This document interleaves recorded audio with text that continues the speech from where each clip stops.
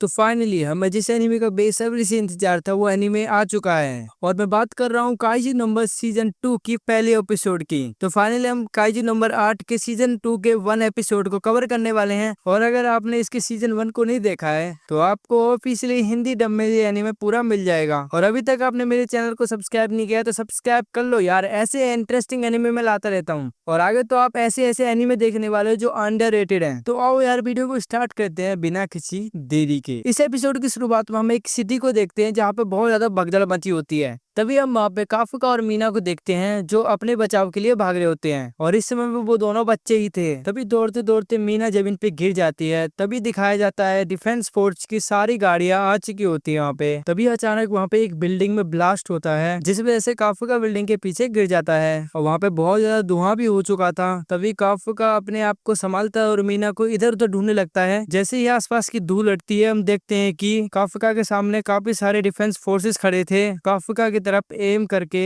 वहीं दूर बिल्डिंग में मीना खड़ी थी काफुका पे अटैक करने के लिए और काफुका ये सब देख के सोच रहा होता है ये सब क्या हो रहा है। तभी काफुका अपने आप को देखता है और देखता है ये तो काइजू नंबर 8 के फॉर्म में आ चुका है। उसके बाद सारे डिफेंस सोल्जर्स काफुका पे ऊपर अटैक करने शुरू कर देते हैं और उसके ऊपर 2 हेलीकॉप्टर से भी अटैक हो जा रहा था। तभी एक एनर्जी निकलती है और उन दोनों हेलीकॉप्टर को आसमान में ही खत्म कर देती है। और तभी हम देखते हैं अपने काइजू नंबर 8 को जो बड़ा होने के साथ साथ अपने रैम्पेज मोड में भी आ चुका था। अचानक हम देखते हैं कि काफुका का ये सपना टूट जाता है और हमें ये पता चलता है कि अभी तक काफुका अपना सपना ही देख रहा था। उसके बाद हम देखते हैं मीना और हुसैन को जो कि उस दिन के बारे में सोच रहे होते हैं जिस दिन उन काइजू नंबर 8 ने उनको बचाया था, पर ये कंफ्यूज थे कि क्यों बचाया था अभी तक। उसके बाद सीन चेंज होता है और हम देखते हैं किकोरू को, वो सोच रही होती है कि कभी काफुका ने अपना काबू खो दिया तो उसे वो रोक नहीं पाएगी। तभी एक बंदा किकोरू का नाम लेके उसके कमरे के अंदर आ जाता है जो कि टकला होता है और किकोरू के सामने आने के बाद वो अपने आप को इंट्रोड्यूस करवाता है और बोलता है कि मैं फर्स्ट डिवीजन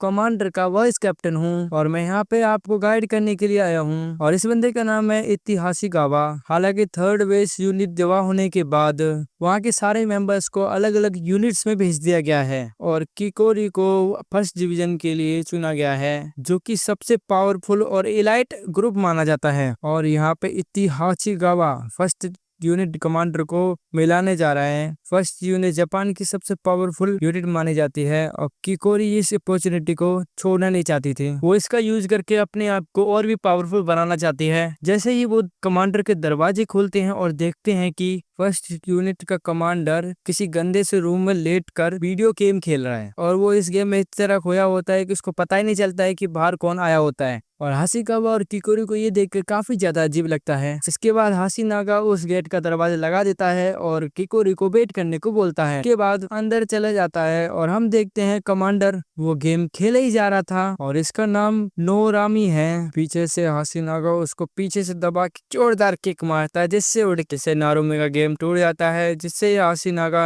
को बोलता है क्या मैंने तुम्हें 2 बजे से पहले आने से पहले कमरा साफ करने और गेम खेलने के लिए मना किया था ना। अभी नारुमी हाशिनागा से कहता है क्या तुमने मुझसे कहा था क्या, शायद तुम भूल गए हो कि मैं तुम्हारा कमांडर हूँ और तुम्हारा सुपीरियर। ये मेरी मर्जी है कि मैं अपना रूम साफ करूँ या ना करूँ। और वो उसको बोलता है ये मेरा रूम है, यहाँ से लिख लो। ये सुन के हाशिनागा दोबारा नारुमी के एक लात मारता है जिससे फिर दोबारा गिर जाता है वो नीचे। जैसे ही नीचे गिरता है उसका एक टॉय टूट जाता है। तभी वो नारुमी बहुत ज्यादा गुस्सा होता है जिसके ऊपर वो चिल्ला पड़ता है। वो बोलता है ये मेरा रूम है, मैं अपनी मर्जी से साफ करूंगा और तुम कौन होते हो चिल्लाने वाले। मैं तुम्हारा कमांडर हूँ ना कि तुम मेरे कमांडर, और ये तुम्हारी जिम्मेदारी बनती है कि तुम मेरा रूम साफ करो। और इन दोनों की सारी बातें किकोरू गेट खोलकर सुन लेती है। उसके बाद हाशिनागा कुछ मेंबर्स को बुला के उसके रूम को साफ करवाने लग जाता है और ये सब देखने के बाद नारुमी के अंदर बहुत ज्यादा गुस्सा आ जाता है। और तभी हाशिनागा ने नारुमी को उठाकर कीरो के सामने रख देता है और उसे कहता है यही है फर्स्ट डिवीजन के कमांडर जो कि इतना बकचोद आदमी है। ये सब देखने के बाद किकोरू सोच में पड़ जाती है उसे क्या करना चाहिए, क्योंकि नारुमी की ऐसी हरकत देखने के बाद उसके बाद इसको मन नहीं कर रहा था कि वो उसको ग्रेट करे। और नारुमी पूछता है कि क्या आप चेप की बेटी हो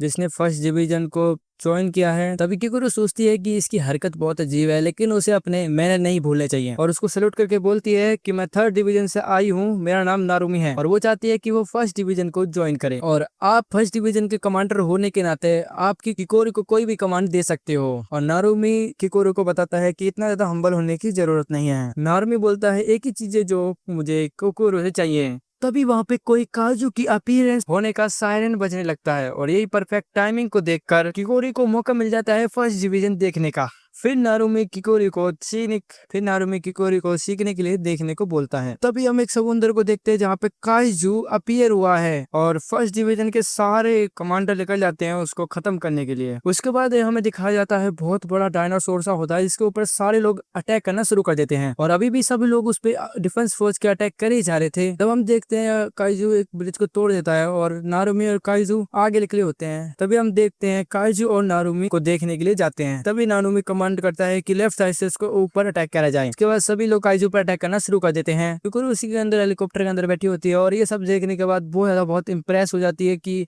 ऐसे लड़ाई होती है इनमें। और उसे ये भी पता है कि हर बंदे की रिलीज फोर्स 40% से ज्यादा होगी जो कि एक प्लूटो लीडर से काफी ज्यादा है। तभी नारुमी तैयार हो जाता है लड़ने के लिए और किकुरो से बोलता है कि मुझे कोई मैनर सिर्फ ऐसा कुछ चाहिए, मुझे सिर्फ एक ऐसा बंदा चाहिए। और तभी वो हेलीकॉप्टर से नीचे कूद जाता है और वो हवा में ही अपने वेपन को निकाल कर उसकी वेपन की नुकीली साइड से काइजू की पीठ के ऊपर मार देता है जिससे वो काइजू चिल्लाता है बहुत तेज। और जैसे ही काइजू के ऊपर वो वेपन चलता है हम देखते हैं कि नारुमी उस वेपन के ऊपर दबा देता है जिससे वो काइजू पूरी तरह से मर जाता है। और नारुमी अपने स्टाइल में बैठ जाता है वेपन लेके और कीरो को बोलता है अगर वो 1st डिवीजन को ज्वाइन करना चाहती है तो अपनी की पूरी ताकत दिखानी होगी हमें। और ये सब देखने के बाद नारुमी बहुत ज्यादा इंप्रेस हो चुकी थी। उसके बाद सीन चेंज होता है सीधा अखबार पे जहाँ न्यूज़पेपर में ये खबर छपी होती है कि मीना आज कहाँ पे है। सबसे छोटी और सबसे नीचे एक फोटो लगी होती है नारुमी की जिसने काइजू को खत्म किया था। ये सब खबर नारुमी देख रहा होता है अपने मोबाइल पर और ये सब देखकर बहुत गुस्सा हो जाता है क्योंकि उसने इतना बड़ा काम किया था फिर भी उसकी खबर बिल्कुल नीचे आई। इस वजह से वो बहुत परेशान था और ये सब देखकर किकुरो को ये समझ में नहीं आ रहा होता है कि जापान का सबसे बड़ा यूनिट का कमांडो ऐसी बकचोदी कर रहा है। तभी किकुरो को एक मैसेज आता है और हमें बताता है कि उसके डैड ने एक मीटिंग रखी है लेकिन वो इस मीटिंग को अटेम्प्ट नहीं करना चाहता। और तभी हम देखते हैं उसके पीछे हाशिकामा आ जाता है और पीछे से उसको तेज लात मार देता है। इससे उड़ के बहुत खतरनाक जगह में गिर जाता है और साथ में ये भी कहता है ये तुम्हारी जॉब है, तुम काम करे ना करे लेकिन ये तुम्हें काम करना ही होगा क्योंकि ये तुम्हारी जॉब है। के बाद हाशिकामा नारुमी को साथ में घसीट कर लेके जाता है। नारुमी हाशिका से पूछता है आखिर ये काम इतना इंपॉर्टेंट क्यों है और हाशिकामा बताता है ये मीटिंग काइजू नंबर 8 के बारे में। और काइजू नंबर 8 के बारे में सुनकर किकुरो भी खड़ी हो जाती है। फिर इसके बाद अगली सीन में हम काफका को देखते हैं पुशअप लगा रहा होता है, साथ में पूछी थी बातों को याद भी कर रहा था। अगर वो जिंदा रहना चाहता है तो उसको ये प्रूव करना पड़ेगा कि वो उनके लिए यूजफुल है, मतलब ये काम खुद के लिए नहीं वो अपने दोस्तों के लिए करना चाहता है। तभी वहाँ पे डिफेंस पहुंच के मेरे सारे लोग आ जाते हैं और वो काफका से कहते हैं काइजू नंबर 8 हम तुम्हें यहाँ से लेने आए हैं, तुम्हें अभी हमारे साथ चलना हो। और नेक्स्ट सीन में हम देखते हैं काफका नारुमी के सामने खड़ा हो जाता है लेकिन अभी भी उसकी फट रही होती है बढ़िया। लेकिन वक्त ना बर्बाद करते हुए सामने वाला बंदा ये बोलता है कि काफका को अब 1st डिवीजन में डाला जाता है और हिस्ट्री का सबसे बड़ा काइजू जापान के नंबर 1 यूनिट को ज्वाइन करेगा तो और ये यूनिट बहुत ज्यादा ताकतवर हो जाएगी साथ में और कोई देश नहीं होगा जो हमारी बराबरी कर सके। काफका से ये बोलता है कि आप अपनी पूरी ताकत दिखाओ और हमें साबित करके दिखाओ। और काफका सोचता है मेरे से ज्यादा जरूरत इनको काइजू नंबर 8 की है। तभी वो अपने बारे में सोचता है और थोड़ी देर सोचने के बाद काफका इस चीज को मान लेता है लेकिन साथ में खड़ा नौमिनी के साथ में खड़ा नारुमी इस तोपर को रिजेक्ट कर देता है और कान में उंगली डालते हुए ये बोलता है काइजू को खत्म करने के लिए मैं और मेरी स्क्वाड ही काफी है।